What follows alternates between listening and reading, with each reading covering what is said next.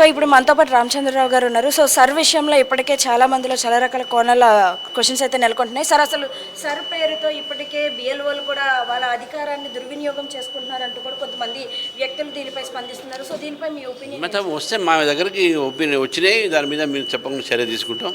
ఏమేమి జరిగింది, వాళ్ళ మీటింగ్ ఉంది, దాని విషయంలో ఉంటే మేము సీఈఓకు కంప్లైంట్ చేస్తాం. సార్ బిఎల్ఓలు అసలు ఫామ్స్ ఇవ్వడం లేదు, ఒకవేళ ఫామ్స్ కోసం కావాలంటే మీరే వచ్చి తీసుకోండి అని అంటున్నారంటూ కొంతమంది. అదే ఇప్పుడైతే కొన్ని కంప్లైంట్స్ వచ్చినాయి, దాన్ని వెరిఫై చేస్తున్నాము. దాంట్లో వాస్తవాలు ఉంటే డెఫినెట్గా మీ సీఈఓకు కంప్లైంట్ చేసి యాక్షన్ తీసుకోమని చెప్తాం.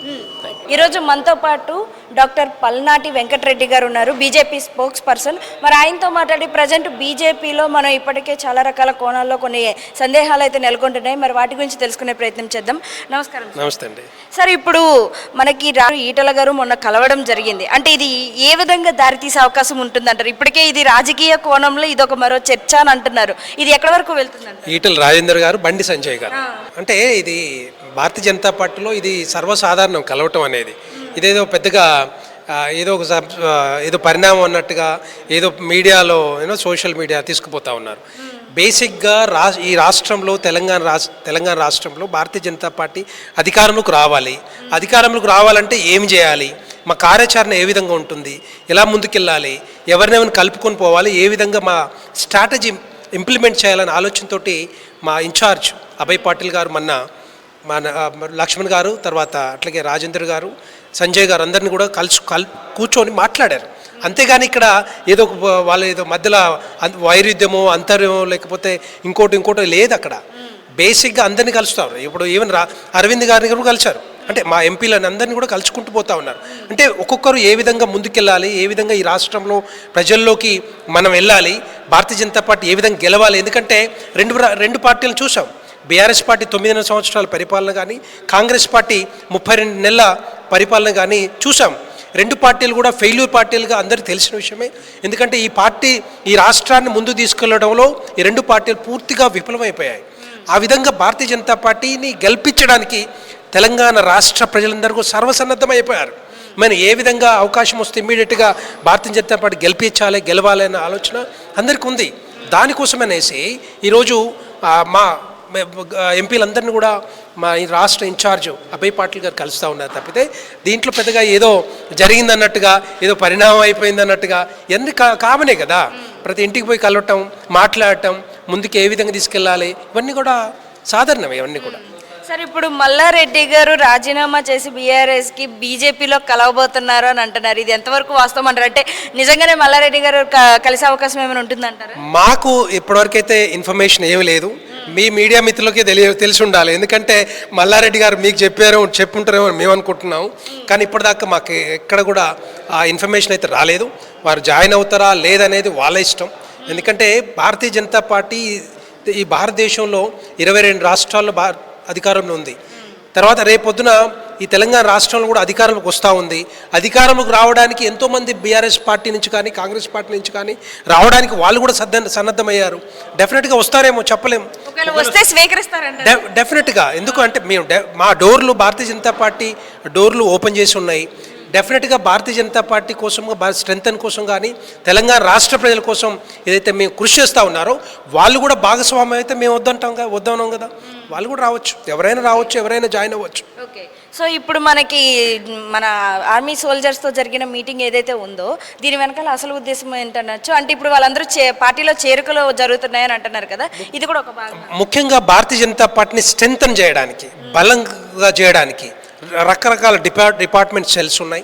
లేబర్ సెల్ కానీ, రిటైర్డ్ ఆర్మీ సెల్ కానీ, ఇంటెలెక్చువల్ సెల్ కానీ, రకరకాల సెల్స్ ఉన్నాయి మా దగ్గర. ఇవన్నీ కూడా వాళ్ళంతా కూడా వాళ్ళ ఆధ్వర్యంలో వాళ్ళ సొసైటీలుగా ఫామ్ అయ్యి వాళ్ళందరూ కూడా భారతీయ జనతా పార్టీ కోసం పనిచేయడానికి వాళ్ళందరూ కూడా సన్నద్ధమయ్యారు. అందుకే ఇప్పుడే మా రాష్ట్ర అధ్యక్షులు గౌరవనీయులు శ్రీ ఎన్ రామచంద్రరావు గారు ఆధ్వర్యంలో ఈ మీటింగ్ జరిగింది. దాని బేసిక్గా ఏంటంటే ఎక్స్ సర్వీస్ మెన్ ఎవరైతే ఉన్నారో ఈ తెలంగాణ రాష్ట్రం నుంచి ఆర్మీలో జాయిన్ అయ్యి చాలామంది కష్టపడి సంవత్సరాలు కొద్దిగా భారతదేశంలో బార్డర్ చుట్టూ వాళ్ళు దేశ రక్షణ కోసం, దేశ సమగ్ర కోసం ఏదైతే పాటుపడ్డారో వాళ్ళకి కొన్ని డిమాండ్స్ ఉన్నాయి. ఆ డిమాండ్స్ కూడా అంతకుముందు బీఆర్ఎస్ పార్టీ కేసీఆర్ గారు కానీ, ఇప్పుడు కాంగ్రెస్ పార్టీ ముఖ్యమంత్రి రేవంత్ రెడ్డి గారు కానీ ఎక్కడ కూడా పట్టించుకోవట్లేదు. ఆ డిమాండ్స్ని డెఫినెట్గా కాంగ్రెస్ పార్టీ ఇప్పుడు ఎందుకంటే చాలామంది ఆర్మీ పిల్లలు అంటే రిటైర్ ఆర్మీ పిల్లలందరూ కూడా చదువుకుంటా ఉన్నారు. వాళ్ళకి ఇది 2% రిజర్వేషన్ ఏదైతే ఉందో అది డెఫినెట్గా ఇవ్వాల్సిన బాధ్యత రాష్ట్ర ప్రభుత్వం తీసుకోవాలి. దాంతోపాటుగా 5 ఎకరాల ల్యాండ్ ఏదైతే భూమి ఇవ్వాల్సిన అవసరం ఉందో వాటిని కూడా ఇవ్వాల్సిన బాధ్యత రాష్ట్ర ప్రభుత్వం ఉంది. కానీ వీళ్ళు ఎక్కడ కూడా తీసుకోవట్లేదు, ఎక్కడ కూడా ఎక్స్ సర్వీస్ మెన్ ఉద్యోగులు పట్టించుకోవట్లేదు. డెఫినెట్గా మేము భారతీయ జనతా పార్టీ తరఫున డిమాండ్ చేసేది అంటే ఏవైతే మీరు ఇవ్వాల్సిన సంక్షేమ పథకాలు ఉన్నాయో అవన్నీ కూడా పూర్తి చేయాల్సిన బాధ్యత ముఖ్యమంత్రి రేవంత్ రెడ్డి గారు తీసుకోవాలి. అదేవిధంగా ఇవి మాట్లాడిన ఈ అంశాలన్నీ కూడా లేవనెత్తిన అంశాలన్నీ కూడా అవే డిమాండ్స్ మరి ముఖ్యమంత్రి గారిని మేము డిమాండ్ చేస్తా ఉన్నాం. అవి చేయాల్సిందిగా మీ అందరం కూడా డిమాండ్ చేస్తా ఉన్నాం. ఓకే సార్, ఇప్పుడు చూసుకోవచ్చు సర్ పేరుతో బిఎల్ఓలు చేసే ఏదైతే ఉందో ఫామ్ ఫిలప్స్ విషయంలో కావచ్చు, ఫామ్స్ ఇచ్చే విషయంలో కావచ్చు, ఇంటికి వచ్చి ఇవ్వాల్సిందే పోయి మీరే వచ్చి తీసుకోండి అనే పరిస్థితులు కూడా నెలకొంటున్నాయి. ఒకవేళ తీసుకొని వారికి ఓటు రద్దు చేసే అవకాశం కూడా కనిపిస్తుంది అంటూ సామాన్య ప్రజలు భయపడుతున్నారు. సో ఇది ఎంతవరకు వెళ్తుందంటారు? మరి ఎందుకని బిఎల్ఓల మీద చర్యలు తీసుకుంటలేదని కొంతమంది ప్రశ్నిస్తున్నారు. ఎస్ఆర్ విషయంలో ఎలక్షన్ కమిషనరు సీరియస్గా ఉంది. ఎలక్షన్ కమిషనర్కి మేము మొన్ననే రిప్రజెంటేషన్ కూడా ఇచ్చాము. అంటే హైదరాబాద్ చుట్టుపట్ల బిఎల్ఓలు పనిచేయట్లేదు, బిఎల్ఓల కింద చాలామంది ఉద్యోగులు పనిచేయట్లేదు, మరి వాళ్ళు సీరియస్గా తీసుకోవట్లేదు. వాళ్ళు ఇంటింటికి వెళ్ళి ఇవ్వాల్సిన బాధ్యత 3 సార్లు ఇంటింటికి వెళ్ళి ఇవ్వాల్సిన బాధ్యత ఉండే ఎన్యూమరేషన్ ఫామ్ ఫిలప్ చేయకుండా ఫామ్స్ ఇవ్వకుండా వాళ్ళు ఎక్కడో ఒక దగ్గర కూర్చొని ఫోన్లు చేసుకుంటూ మీరే వచ్చి తీసుకెళ్ళండి, మీరే పూర్తి చేసి మళ్ళీ మాకు ఇవ్వండి అని చెప్పి ఏదైతే హుకుం జారీ చేస్తున్నారో ఇది బాధ్యత రాహిత్యం.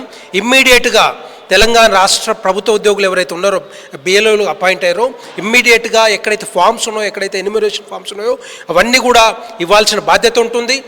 పూర్తి చేసిన తర్వాత దాన్ని తీసుకొని డిజిటలైజేషన్కి మీరు ఎలక్షన్ కమిషన్కి సబ్మిట్ చేయాల్సిన అవసరం కూడా ఉంటుంది. కానీ ఇక్కడ హైదరాబాద్ చుట్టుపక్కల ఎక్కడ కూడా పనిచేయట్లేదు. ఇప్పటికి కూడా మేము ఎలక్షన్ కమిషనర్ గారిని కోరేది ఏంటంటే ఇమ్మీడియట్గా ఎవరైతే అపాయింట్ అయ్యారో బిఎల్ఓలుగా వాళ్ళందరూ కూడా మీరు గైడ్లైన్స్ ఇమ్మీడియట్గా ఇష్యూ చేయాలి, వాళ్ళని సీరియస్ తీసుకోవాలి. ఇవన్నీ బిఎల్ఓస్ అన్ని ఫామ్స్ ఇచ్చి వాటిని మళ్ళీ రిసీవ్ తీసుకునేటట్టుగా అందరూ పనిచేస్తే మాత్రం రేపొద్దున, లేకపోతే అక్కడ జాబితాలో పేరు రాకపోతే రేపొద్దున ఓటు పోయే అవకాశాలు ఉంటాయి, ఓటు హక్కుపోయే అవకాశాలు ఉంటాయి. భారతీయ జనతా పార్టీ తరఫున బిఎల్ఏ అందరూ కూడా పనిచేస్తూ ఉన్నారని వారితో పాటుగా వీళ్ళు కూడా పనిచేయాలి.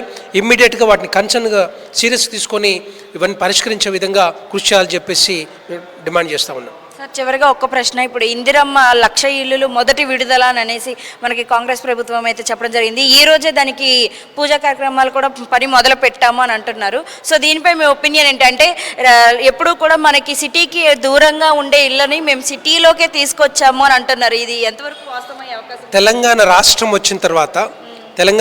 వచ్చిన తర్వాత రకరకాల సమస్యలు ఉండే ఇక్కడ కేసీఆర్ గారు ఎక్కడ కూడా పరిష్కరించలేదు. 2014 తర్వాత 2014లో ప్రధానమంత్రి నరేంద్ర మోడీ గారు వచ్చిన తర్వాత ప్రధానమంత్రి ఆవాస్ యోజన కింద 1,00,000 ఇండ్లు మీరు కట్టించుకోండి అని చెప్పి రాష్ట్ర ప్రభుత్వాలకి కోట్ల రూపాయలు, 1,000 కోట్ల రూపాయలు ఇవ్వడం జరిగింది. కానీ ఈ తెలంగాణ రాష్ట్రంలో దగ్గర 1,000 కోట్ల రూపాయలు ఇచ్చినా కూడా కేసీఆర్ ఎక్కడ కూడా పట్టించుకోలేదు. ఎందుకంటే భారతీయ జనతా పార్టీకి పేరు వస్తుందని చెప్పి వాటిని తుంగలో దొక్కుతూ ఆ నిధులన్నీ కూడా వాడుకున్న పరిస్థితి. సో కేసీఆర్ గారు పోయింది. తర్వాత కాంగ్రెస్ ప్రభుత్వం వచ్చిన తర్వాత కూడా ఇందిరమ్మ ఇండ్ల పేరుతోటి ఈ తెలంగాణ రాష్ట్రంలో ఇండ్లు కట్టిస్తున్నది ఎవరు? రాష్ట్ర ప్రభుత్వం ఇచ్చినా కూడా కేంద్ర ప్రభుత్వం నిధులతోటే ఈరోజు ఇందిరమ్మ ఇండ్లు కట్టిస్తూ ఉన్నారు. అది మర్చిపోకూడదు.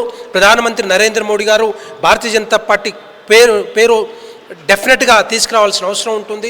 ఈ 1,00,000 ఇండ్లు ఎక్కడ ఇస్తారో నాకు తెలియదు, కానీ ఇస్తే మాత్రం డెఫినెట్గా పేద ప్రజలందరూ కూడా ఇల్లు ఉండాలనే ఆలోచన భారతీయ జనతా పార్టీకి ఉంది, ప్రధానమంత్రి నరేంద్ర మోడీ గారు ఉంది. ఇప్పటిదాకా 3 కోట్ల ఇండ్లు కట్టించిన ఘనత ప్రధానమంత్రి నరేంద్ర మోడీ గారిది, భారతీయ జనతా పార్టీది. ఆ విధంగా ఈ తెలంగాణ రాష్ట్రంలో కూడా భారతీయ జనతా పార్టీ డెఫినెట్గా కృషి చేస్తూ ఉంది. 1,00,000 ఇండ్లు ఎక్కడ ఇస్తున్నారో అవన్నీ కూడా క్లియర్గా మాకు దాన్ని వెబ్సైట్లో పెట్టడం కానీ లేకపోతే మీడియాకు రిలీజ్ చేయడం కానీ చేయాలి. ఎందుకంటే కాంగ్రెస్ పార్టీ మనుషులకే, కాంగ్రెస్ పార్టీ వాళ్ళకే ఇవ్వకుండా ప్రజలందరూ కూడా ఎవరైతే పేద ప్రజలు ఉన్నారో, ఇండ్లు లేని వాళ్ళు ఉన్నారో వాళ్ళందరినీ కూడా కన్సిడర్ చేసుకుంటూ డెఫినెట్గా వాళ్ళందరికీ కూడా ఇల్లు ఇవ్వాల్సిందిగా భారతీయ జనతా పార్టీ డిమాండ్ చేస్తూ ఉంది.